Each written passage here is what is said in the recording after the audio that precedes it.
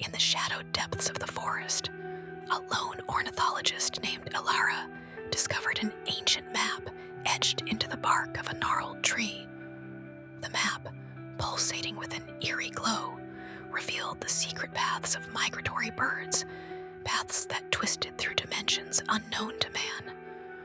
As Alara traced the lines with trembling fingers, she felt a pull, an irresistible urge to follow.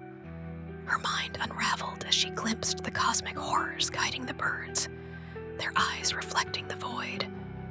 The forest whispered secrets of forgotten realms, and Alara realized she was no longer alone.